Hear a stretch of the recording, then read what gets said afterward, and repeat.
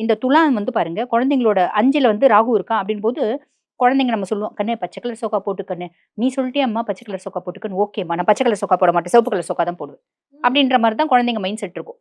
"நீ என்ன சொன்னாலும் நான் எக்கு துப்பா தான் அதுக்கு ஆப்போசிட்டா தான் செய்வேன்." அப்படின்ற மைண்ட் செட் இந்த காலகட்டத்தில குழந்தைங்க எப்படி இருக்காங்க அப்படின்னா, கொஞ்ச காலமாவே துளாராசி அன்பர்களோட குழந்தைங்க அப்படிதான் இருக்காங்க. இந்த காலகட்டத்தில அவங்க எப்படி இருப்பாங்கன்னா, "நீ பச்சை கலர் சொக்கா போட சொன்னியம்மா, இரும்மா நான் காலையில சிவப்பு கலர் சொக்கா போட்டு வரேன். சாயங்காலம் பச்சை கலர் சொக்கா போட்டு சாயங்காலம் போட்டுக்கிறேன். உனக்காக போட்டுக்கிறேன். உனக்காக போட்டுக்கிறேன்." அப்படின்ற மாரி ஓரளவுக்கு சொல் பேச்சு கேட்குங்க ஆ, அப்படின்னு சொல்லலாம். அதே மாரி கேது 11ஆம் பாவம் லாபஸ்தானத்தில கேது. நெறைய பேர் வெளிநாட்ல வேலை செஞ்சு சம்பாதிக்கக்கூடிய யோகம் சோ இருக்குமா. வெளிநாடு போகக்கூடிய யோகம் கண்டிப்பா இருக்கும். கண்டிப்பா போயே இருக்கு. தீருவாங்க. கடல் தாண்டி இன்டர்நேஷனல் கரன்சிஸ கையாளக்கூடிய யோகம். இப்ப படிச்சவங்க ஓகே. படிக்காதவங்க எப்படி போவாங்க? சந்தேகம் வருது இல்லம்மா? ஆமா. ஒரு சாதாரண படிப்பறிவே இல்லாத ஒரு லேடியா இருக்காங்க அப்படின்னு வச்சுக்கோங்களேன். ஒரு சும்மா ஒரு ப்ளவுஸ் தைக்கிறவங்க.